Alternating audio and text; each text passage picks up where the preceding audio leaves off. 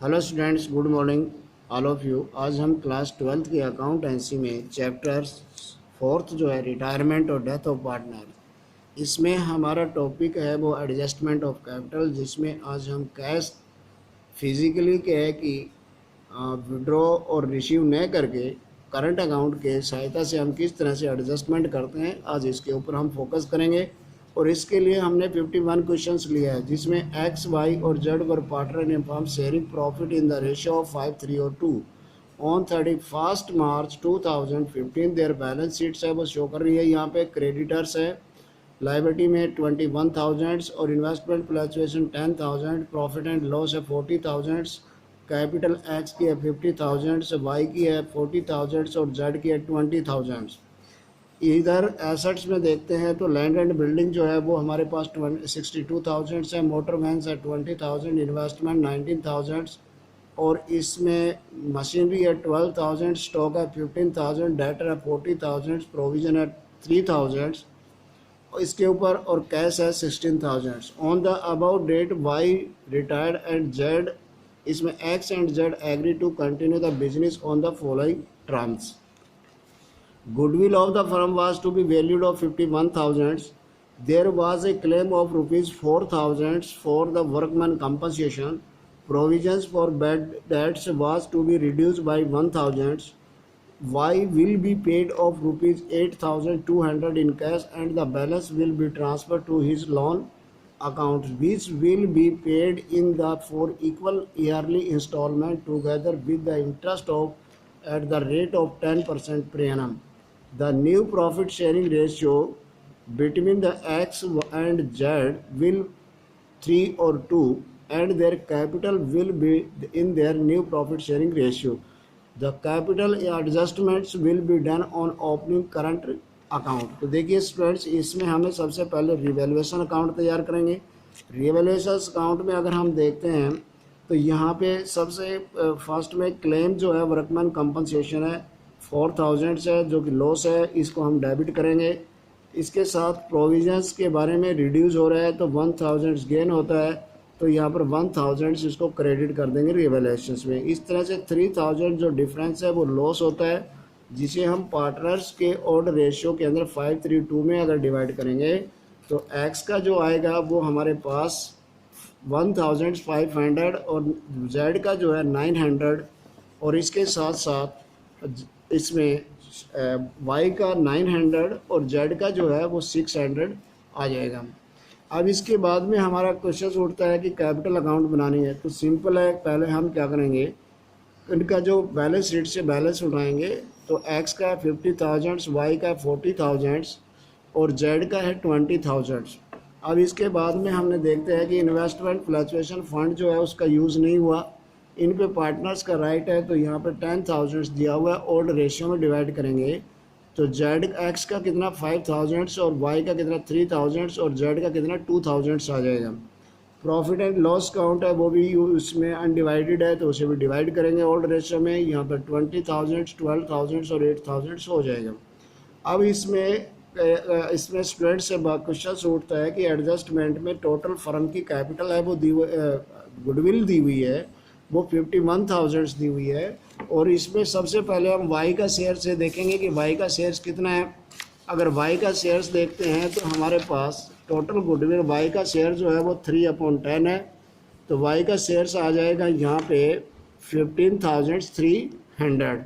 अब ये जो शेयर्स ऑफ वाई जो है, वाई को तो पूरा मिलेगा, लेकिन गेन जो हो रहा है एक्स और जेड को, उसको निकालने के लिए गेनिंग रेशियो निकालेंगे। गेनिंग रेशियो में अगर देखते हैं एक्स की positions, new ratio minus old ratio, और न्यू रेशियो है 3/5, ओल्ड रेशियो 5/10, तो इस तरह से उसका जो गेन हो रहा है एक्स को है 1/10 हो रहा है।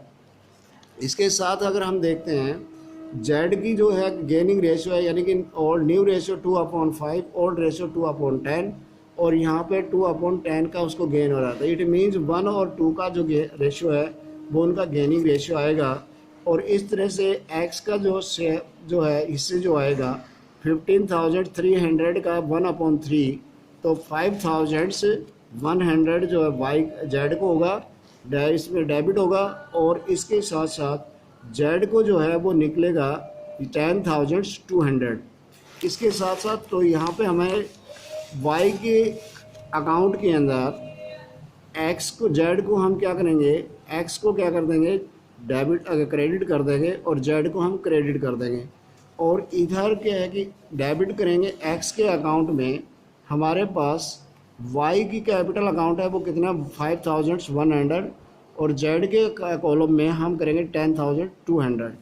अब क्वेश्चन ये उठता है कि भी इस एडजस्टमेंट में वाई को जो है कैश दिया जा रहा है 8,200, तो यहाँ पर 8,200 हम उसको कैश देंगे। रिमेनिंग जो अमाउंट उसका टोटल करेंगे 70,300 है। इसमें से जो अमाउंट उसकी रिवैल्यूएशंस का लॉस है और जो कैश दिया वो उसमें लेस करके टोटल अगर देखते हैं तो हमारे पास क्या है कि 61,200 जो बचता है, और ये अमाउंट जो है हम ट्रांसफ़र कर देंगे वाई के लोन अकाउंट के अंदर।